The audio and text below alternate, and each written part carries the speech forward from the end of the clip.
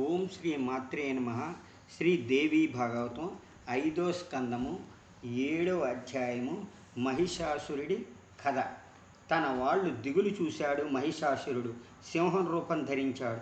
ఘోరంగా గర్జించాడు. పంజా మీదకెత్తి జూలు దులుపుతూ దేవసేన మీదకి లంఘించాడు. గరుత్మంతుడిని గోళ్లతో రక్కి రక్తాలు కారించాడు. విష్ణుమూర్తి భుజం మీద పంజాతో కొట్టాడు. సుదర్శన చక్రం తీశాడు విష్ణుమూర్తి. వడిగా మహిషాసురుని మీద కొట్టాడు. సింహరూపం ఎనుబోతుగా మారాడు మహిషాసురుడు. కొమ్ములతో విష్ణువు రొమ్ము మీద పొడిచాడతడు. కెవ్వుమన్నాడు విష్ణుమూర్తి. వెంటనే వైకుంఠానికి వెళ్ళిపోయాడు. విష్ణువు పలాయనం చిత్తగించడంతోనే శివుడు భయపడ్డాడు. ఉత్తర క్షణంలో కైలాసం దారిపట్టాడు. బ్రహ్మ కూడా తన లోకానికి దౌడు తీశాడు. కానీ దేవేంద్రుడు మాత్రం యుద్ధంలో వెన్ను చూపలేదు. వజ్రాయుధం పట్టుకుని మహిషాసురుని ఎదిరించాడు. పాశాల పట్టుకుని వరుణుడు అతడికి దన్నుగా నిలబడ్డాడు. యముడును దండం పట్టుకుని నుంచున్నాడు. కుబేరుడు కూడా యుద్ధం కోసం సిద్ధపడ్డాడు. అగ్నిహోత్రుడు శక్తి పట్టుకుని నిలబడ్డాడు. సూర్య చంద్రులను తమ ఆయుధాలతో రణరంగంలో ఆగారు. కోపంతో చెందులు తొక్కాడు మహిషాసురుడు. బాణాల మీద బాణాలు రువ్వుతూ రాక్షస సేన విరగబడింది. ఎనుబోతు రూపంతో విజృంభించాడు మహిషాసురుడు. ఉభయ సేనలో 2 సముద్రాల్లా ఉప్పొంగిపోయి కోలాహంగా చెలరేగింది. ఉభయ సేనల్లోని విలుకాళ్ళు అల్లెతాళ్ళు మోగించారు. ప్రళయ మేఘంలా వినిపించింది ధ్వని. 1000 ఏళ్ళు జరిగింది యుద్ధం. కొమ్ములతో కొండ శిఖరాలు కురిపించాడు మహిషుడు. డెక్కలతో కుమ్మేసి, తోకతో విసిరేసి, కొమ్ములతో పొడిచేసి లెక్కాజమాలేనంత దేవసేన నాశనం చేశాడతడు. భరించలేకపోయారు దేవతలు. కకావికలైపోయారు. ఎటు పడితే ఎటు పారిపోయారు. చివరికి దేవేంద్రుడును నిలవలేకపోయాడు. పరుగిచ్చుకున్నాడు. యముడు, కుబేరుడు, వరుణుడు మొదలైన వారును ఫలాయనం చిత్తగించారు. ఇంద్రుడు వదిలిపోయిన ఐరావతము ఉచ్చైశ్రవము చేత చిక్కించుకున్నాడు మహిషాసురుడు. విజయ గర్వంతో విర్రవీగాడతడు. దేవలోకం స్వాధీనపరుచుకున్నాడు. దేవతలు మచ్చుకైనా కడపలేదు. అక్కడ మిగిలిన వారును పారిపోయారు. ఇంద్రాసనం మీద కూర్చున్నాడు మహిషాసురుడు. దేవతల పదవుల్లో రాక్షసులను వినియోగించాడు. తాను దేవేంద్ర పదవిని స్వీకరించాడు. దేవతలు బ్రహ్మదేవుని ఆశ్రయించారు. పద్మం మీద కూర్చున్నాడు బ్రహ్మ. వేదాంగం పారంగతులు, మారీచుడు మొదలైన బ్రహ్మ మానసపుత్రుల దగ్గర కూర్చున్నారు. కిన్నెరులు, సిద్ధులు, గంధర్వులు, నాగులు, చారణులు, గురుడులు బ్రహ్మని సేవించారు. దేవతలు అతని స్తోత్రం చేశారు. దేవ ఆర్తిహర, మహిషాసురుడు మమ్మల్ని ఓడించారు. అతడి బానిసలమైపోయాం మేము. అతడి బాధలు భరించలేం. స్వర్గం నుంచి తరిమేశాడు మమ్మల్ని. కొండ గృహంలో తలదాచుకుంటున్నాం మేము. దయ చూడవా ప్రభువు. అపరాధం చేసిన కుమారులని తండ్రి వదిలేస్తాడా ప్రభు? రాక్షసులు మాకున్నదంతా దోచుకున్నారు. చూసి కరుణించవా తండ్రి. నీ పాదాల తప్ప దిక్కేముంది మాకు. మహిషుడు అమరావతి తన రాజధాని చేసుకున్నాడు. ఆనందంగా అనుభవిస్తున్నాడు. యజ్ఞాల్లో హవిర్భాగం అపహరిస్తున్నాడు. పారిజాత పుష్పాలు పరుచుకు పడుకుంటున్నాడు. కామధేనువు పాలు త్రాగుతున్నాడు. మా అవస్థ ఏం చెప్పుకోం. రాక్షసుల దారుణం నీకు తెలియందేముంది. నీ జ్ఞానదృష్టితో చూస్తే అంతా అవగతమవుతుంది. నీ పాదపద్మాలు శరణు వేడుతున్నాం. ఎక్కడికి వెళ్ళినా వేధిస్తాడు దుర్మార్గుడు రాక్షసరాజు. అంచేత నీ పాదాలు తప్ప దిక్కులేదు మాకు. మా మొర వినకపోయినా రాక్షసుల యాతనాగ్నిలో కాలిపోతాం అన్నారు. చేతులు జోడించి కాళ్ళు వేళ్ళ పడ్డారు. దేవతలారా, ధైర్యం చెబుతూ అన్నాడు బ్రహ్మ. వరగర్వం వల్ల ఇంత వాడయ్యాడు మహిషాసురుడు. ఏం చెయ్యగలను నేను? మగవాడెవడూ వాణ్ణి చంపలేరు. ఆడిద మాత్రమే చంపగలదు. మనమందరం కైలాసం వెళదాం పదండి. సర్వకార్య విశారదుడు శివుడు. అతన్ని ముందుంచుకుని వైకుంఠం వెళదాం. విష్ణుమూర్తితో కలిసి మంత్రాలోచన చేద్దాం. హంస మీద కూర్చుని దేవతల్ని వెంట పెట్టుకుని కైలాస పర్వతానికి వెళ్ళాడు బ్రహ్మ. ధ్యాన యోగంలో ముందే తెలుసుకున్నాడు శివుడు. ఎదురు వచ్చి దేవతలకి దర్శనమిచ్చాడు. బ్రహ్మ శివుడు పరస్పరం చూసుకున్నారు. ప్రతివందనాలు చేసుకున్నారు. ఆనందించాడు. వచ్చిన దేవతలందరినీ తగిన ఆసనాల్లో కూర్చోపెట్టాడు శివుడు. అనంతరం తన ఆసనం మీద తాను కూర్చున్నాడు. ప్రశ్నలు అయ్యాక వచ్చిన కారణం అడిగాడు శివుడు. దేవ, బ్రహ్మ నివేదించాడు. మహిషాసురుడు దేవలోకం ఆక్రమించాడు. దేవతల్ని యమయాతనలు పెడుతున్నాడు. అతడికి భయపడి కొండగుహల్లో తలదాచుకుంటున్నారు దేవతలు. యజ్ఞ భాగాలు దేవతలకి చేరకుండా రాక్షసులే కాజేస్తున్నారు. లోక పాలకుడికి దిక్కు లేకుండా ఉంది. అందుకనే నీ శరణ వేడుతున్నారు వీరు. కార్యగౌరవం పురస్కరించుకుని నేనే వీరిని తీసుకుని వచ్చాను. దేవతల కార్యసిద్ధి వివరించాలి నువ్వు. వీరి భారమంతా నీ మీదే ఉంది అన్నాడు. నువ్వే వాడికి వరాలిచ్చి ఇంతవరకు తెచ్చావు నెమ్మదిగా అన్నాడు శివుడు. వరగర్వం వల్లే దేవతల మీద తిరగబడ్డాడు మహిషాసురుడు. నువ్వే ఉపాయం అడుగుతున్నావు ఇప్పుడు. మహిషాసురుడంటే మనమందరం భయపడవలసి వచ్చింది. ఆడదాని చేత కానీ చావు లేదు వాడికి.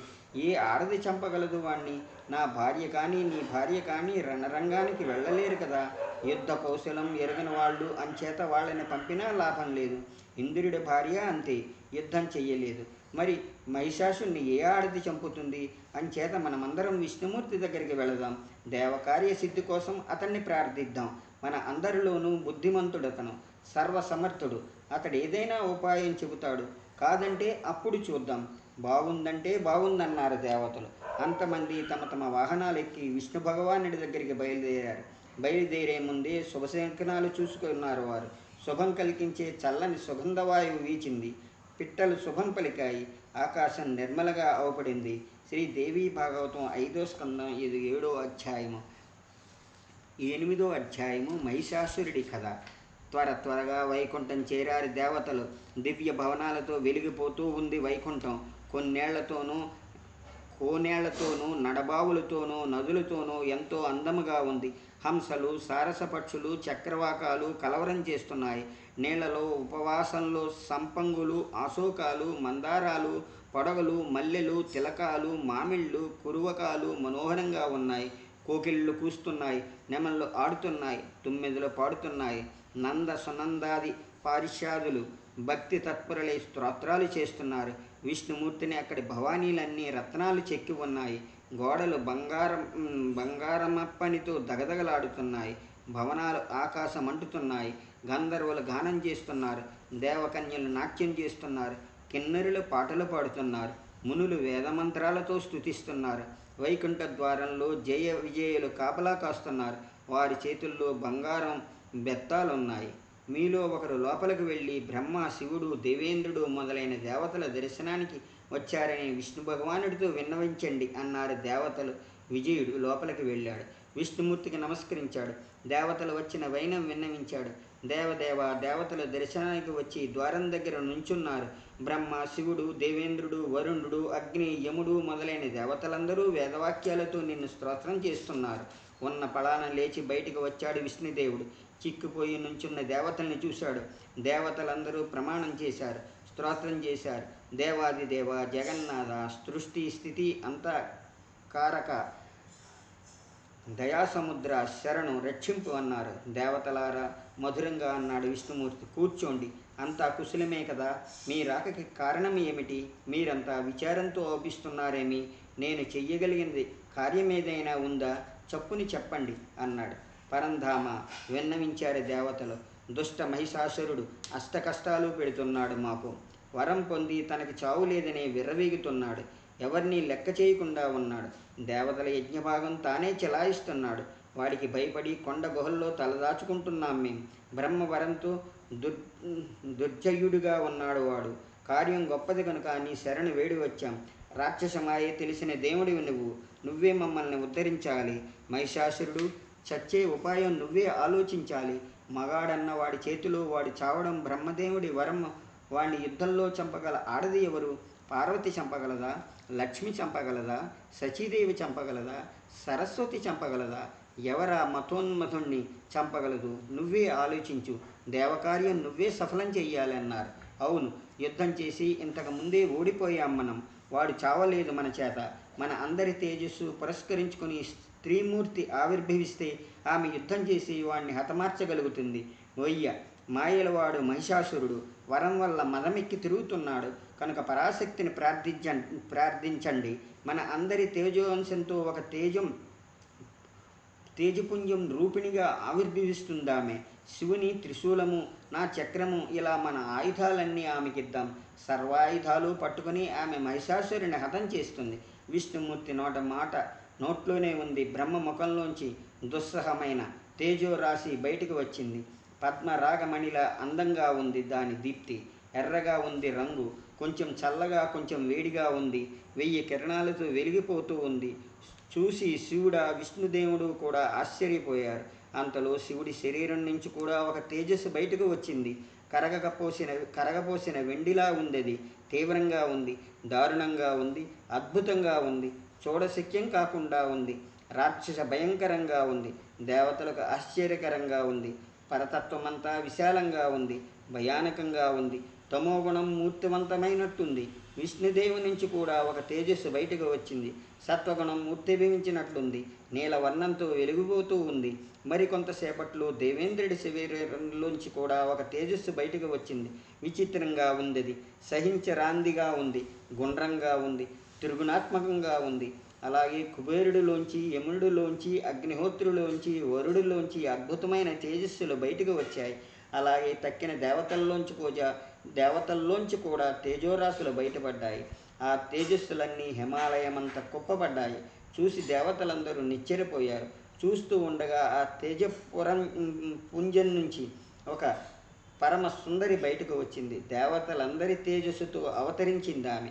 ఆ త్రిగుణాత్మక త్రివర్ణ స్వరూప సాక్షాత్తు లక్ష్మీదేవిలా అవపడింది. 18 చేతులున్నాయి ఆమెకి. తెల్లగా ఉంది మోహం, నల్లగా ఉన్నాయి నేత్రాలు, ఎర్రగా ఉన్నాయి పెదవులు, రాగిరంగుగా ఉన్నాయి అరచేతులు.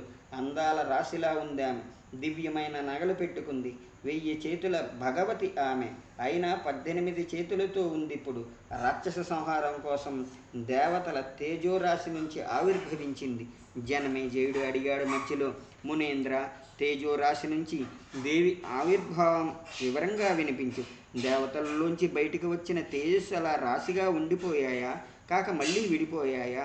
ఆ దేవి అవయాలు వివిధ దేవతల తేజస్సుల ప్రకారం వివిధ వర్ణాలతో ఏర్పడ్డాయా, కాక ఒకే రంగుగా తయారయ్యా? మొగము, ముక్కు, కళ్ళు వివిధ దేవతల తేజస్సులతో వివిధ విధాలుగా తయారయ్యాయా, కాక సమిష్టి రూపంగా తయారయ్యాయా? దేవతల్లో ఎవరెవరు ఏ ఆయుధాలు ఇచ్చారు ఆమెకి? ఎవరు ఏ నగలిచ్చారు? నీ నోట ఎంత విన్నా తృప్తి కలుగకుండా ఉంది దేవీ చరిత్ర. మధురమైన మాటలతో ఇలా అందుకున్నాడు వ్యాసముని. నువ్వు కోరిన ప్రకారం విస్తరించి వివరిస్తాను విను. భగవతి స్వరూపం బ్రహ్మ, విష్ణుమూర్తి, శివుడు, దేవేంద్రుడు ఎవరూ వర్ణించలేడు. నేను ఏమాత్రం ఆమె విష్ణు భగవానుడి సంకల్పంతో ఆవిర్భవించింది. అయితే నా శక్తి వెంచన లేకుండా వివరిస్తాను నీకు. దేవకార్యం కోసం ఎన్నో దివ్య రూపాలు ధరిస్తుంది ఆమె. నాటకంలో నటులు రకరకాల పాత్రలు ధరిస్తారు. అదుగో అలాగే అనేక రూపాలు ధరిస్తుంది ఆమె. నిర్గుణ స్వరూపిణి ఆమె. అయినా దేవకార్యం కోసం సగుణ స్వరూపం ధరించింది. నిర్వహించవలసిన పనిని బట్టి రకరకాల పేర్లు వచ్చాయి ఆమెకి. దేవతలకి తేజం పుంజం నుంచి ఆవిర్భవించిన ఆమె స్వరూపం నా సాధారణ బుద్ధిని అనుసరించి వర్ణిస్తాను. శివుడు మొహం నుంచి వెలువడిన తేజస్సు ప్రకారం ఆమె మొహం శ్వేతవర్ణంగా తయారైంది, అందంగా విశాలంగా తయారైంది. యముడి తేజస్సుతో ఆమె కేశపాశం నల్లగా, నున్నగా, నొక్కులు తీరి ముచ్చటగా తయారైంది. అగ్నిదేవుడి తేజస్సుతో ఆమెకు 3 నేత్రాలు ఏర్పడ్డాయి. 3 నేత్రాలు ఒకటి నల్లగా, ఒకటి ఎర్రగా, ఒకటి తెల్లగా ఏర్పడ్డాయి. ఉభయ సంధ్యల తేజస్సుతో నల్లని కనుబొమ్మలు ఏర్పడ్డాయి. మన్మధుడి కోదండంలా ఉన్నాయవి. ఎంతో నిగనిగలాడుతూ ఉన్నాయవి. మనోహరంగా మన్మధుడి ఉయ్యాలల్లాగా ఉన్నాయి ఆమె చెవులు. అంత పొడువు కాక అంత పొట్టి కాక సమంగా తీర్చిదిద్దినట్లున్నాయవి. వాయుదేవుడి తేజస్సుతో ఏర్పడ్డాయి ఆమె నాసిక. కుబేరుడి తేజస్సుతో ఏర్పడింది. నువ్వు పువ్వులా ఉంది.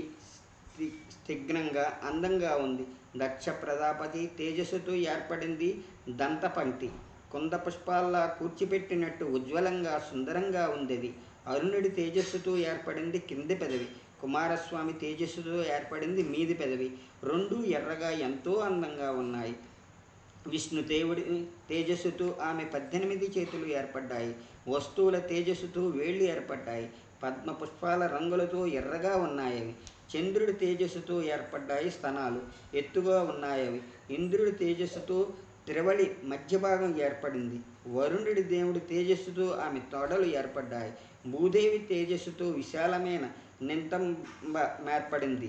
అలాగే ఇతర దేవతల తేజస్సులతో ఇతర భాగాలు ఏర్పడ్డాయి. పరమ సుందరంగా ఉంది ఆమె. పరమ మధురంగా ఉంది ఆమె కంఠం.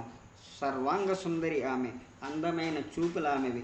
మహిషాసురుడి బాధలు భరించలేక బాధపడుతున్న దేవతలు ఆ మహాలక్ష్మిని చూసి పరమానందం పొందారు. దేవతలారా, విష్ణుమూర్తి అన్నాడు, ఈ దేవికి మీ మీ ఆయుధాలు అర్పించండి, మంచి మంచి నగలు సమర్పించండి. శ్రీ దేవి భాగవతం 5వ స్కందం. ఇది 8వ అధ్యాయం. 9వ అధ్యాయం మహిషాసురుడి కథ. విష్ణుమూర్తి మాటలు విని దేవతలందరూ సంతోషించారు. భూషణాలు, వస్త్రాలు, తమ ఆయుధాలు దేవికి సమర్పించారు. ఎర్రటి సన్న వస్త్రాలు, నిర్మలమైన హారాలు పాలసముద్రం సమర్పించింది. కోటి సూర్యుల్లా ప్రకాశించే చూడామణి, అందమైన కొండలాలు, బంగారము, బాజుబందులు, రకరకాల రత్న కంకణాలు, కేయూరువాలు విశ్వకర్మ సమర్పించాడు. సుస్వరంతో మోగే నిర్మలమైన మణి సూపురాలు త్వష్ట సమర్పించాడు. సూర్యకాంతిలాగా ఉంది వాటి కాంతి. రత్నహారాలు, ఉంగరాలు సముద్రుడు సమర్పించాడు. ఎన్నడూ వాడిపోని పద్మహారాలు, వైజయంతిమాల వరుణుడు సమర్పించాడు. మణులు తాపిన బంగారంలా ప్రకాశించే మంచి సింహం సమర్పించాడు హేమవంతుడు. నగలన్నీ ముస్తాబు చేసుకుంది దేవి మహాలక్ష్మి. సింహం మీద కూర్చుంది. చూసింది 1000 కళ్ళ చాలవన్నంత అందంగా ఉంది ఆమె.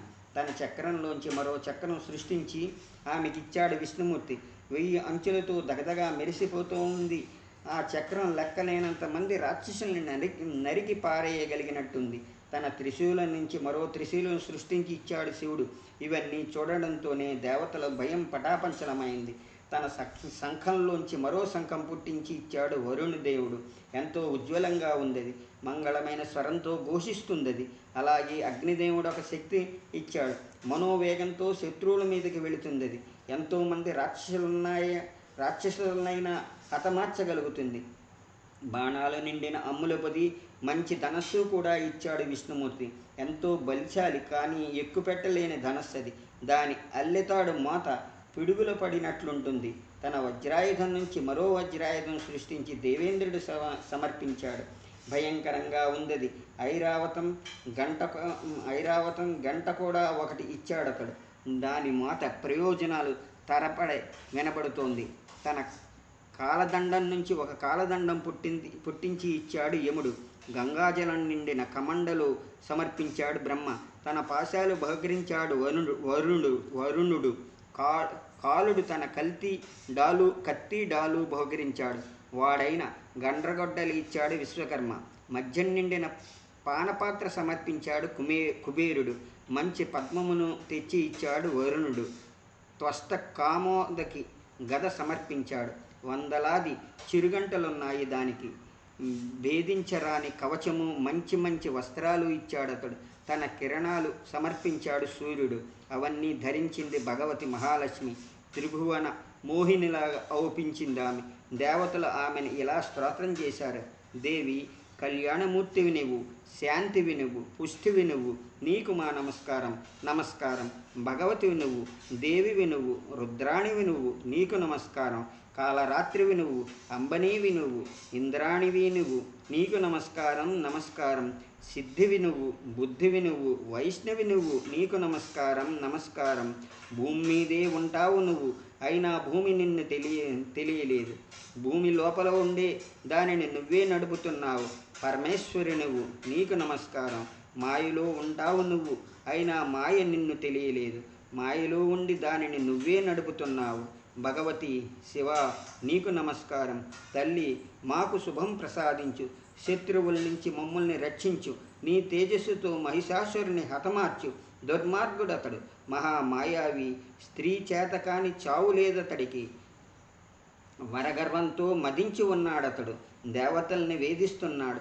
నానా రూపాలు ధరిస్తున్నాడు. శటుడు, అమ్మా, నువ్వు ఒకత్తవే శరణ్యం మాకు. రక్షించు దేవి, నీకు నమస్కారం. దేవతలారా, చిరునవ్వు నవ్వుతూ అంది దేవి. మహిషాసురుడు మందబుద్ధి, భయపడకండి. వరగర్వంతో ఎగిసిపడుతున్నాడు వాడు. యుద్ధంలో ఇవాళే చంపేస్తాను వాణ్ణి అంటూనే పక్వకా నవ్విందామె. ఈ విశ్వమంతా మోహంలో మునిగిందంటూ అటహాస్యం చేసింది. బ్రహ్మ, విష్ణువు, శివుడు, దేవేంద్రుడు మహిషాసురుడంటే భయపడుతున్నారు. దేవతలారా, దైవబలం దారుణమైంది. కాలం గహనమైంది. కష్టసుఖాలు అదే కలిగిస్తుంది. కాలమే సర్వేశ్వరుడు.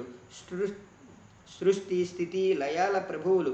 మీరు కూడా కష్టాలను అనుభవిస్తున్నారంటే, మహిషాసురుడికి భయపడుతున్నారంటే కాలమే దీనికి కారణం అంటూ పదే అటహాసం చేసిందామె. భయంకరంగా ఉంది ఆమె అటహాసం. రాక్షసుల గుండెల్లో దిగులు పుట్టించేలాగుంది. ఆ అట్టహాస్యంతో భూకంపం పుట్టింది. కొండలు గడగడలాయాయి. సముద్రం కల్లోలపడింది. పదిదిక్కులు ప్రతిధ్వనించాయి. రాక్షసుల గుండెలు గుబులు గుబులు బిగులయ్యాయి. దేవతలు జై జయధ్వానాలు చేశారు. దేవి అట్టహాసం మహిషాసురుడును విన్నాడు. ఏమిటిది అంటూ సందేహించాడు. ఏం శబ్దమిది అంటూ తన వాళ్ళని అడిగాడు. దూతల్ని పంపండి. ఎక్కడి ఈ శబ్దం? దీనిని అంతు కనుక్కోండి. చెవులు బద్దలైన ఈ ధ్వని ఎవరు పుట్టించారు? దేవతలైనా సరే దానవులైనా సరే ఈ ధ్వని చేసిన వాళ్ళని పట్టుకు తీసుకురండి. నేను చంపేస్తాను. ఎవడా ఆయువు ఊడిన మూర్ఖుడు, వాణ్ణి యమలోకం పంపుతాను. దేవతల నా ముందు తోకముడిచారు కనుక వాళ్ళలో ఎవడూ ఇలా గర్జించలేడు. రాక్షసుడున్నవాడు అసలే చెయ్యలేడు. వాళ్ళందరూ నాదాసులే. మరి ఎవడా మూఢుడు ఇంత అట్టహాసం చేశాడు? వెంటనే వాణ్ణి ఈడ్చుకురండి, లేదా తెలుసుకురండి. నేనే వెళ్ళి వాణ్ణి హతమారుస్తానంటూ పళ్ళు కొరికాడు. దూతలు బయలుదేరారు. ధ్వని వచ్చిన వైపు వెళ్ళారు. దేవి ఉన్న చోటు చేరారు. ఆ దివ్య సుందరమూర్తిని చూశారు. 18 చేతులు, చేతుల్లో రకరకాల ఆయుధాలు, దివ్యమైన స్వరూపం, శరీరం నిండా దివ్యమైన నగలు, ఒక చేత్తో మద్యంతో పానపాత్ర, పదే పదే మద్యం తాగుతూ ఉందామె. ఈ మహాలక్ష్మిని చూసి భయపడిపోయారు దూతలు. ఉత్తరక్షణంలో పిక్కబలం చూపారు. పడుతూ లేస్తూ మహిషాసురుడి దగ్గరికి వెళ్ళారు. మహారాజా, ఎవరో ఒక ఆడది ప్రౌఢ ప్రాయంలో ఉంది. దేవిలా ఉంది. ఒంటి నిండా నగలు పెట్టుకుంది. రత్నాలతో దగదగా మెరిసిపోతున్నాయవి. మనిషి మాత్రం కాదామె. రాక్షసు కూడా కాదు. దివ్యంగా ఉంది ఆమె రూపు. మనోహరంగా ఉంది. రకరకాల ఆయుధాలు పట్టుకుందామె. సింహం మీద కూర్చుంది. 1, 2 కాదు, 18 చేతులున్నాయి ఆమెకి.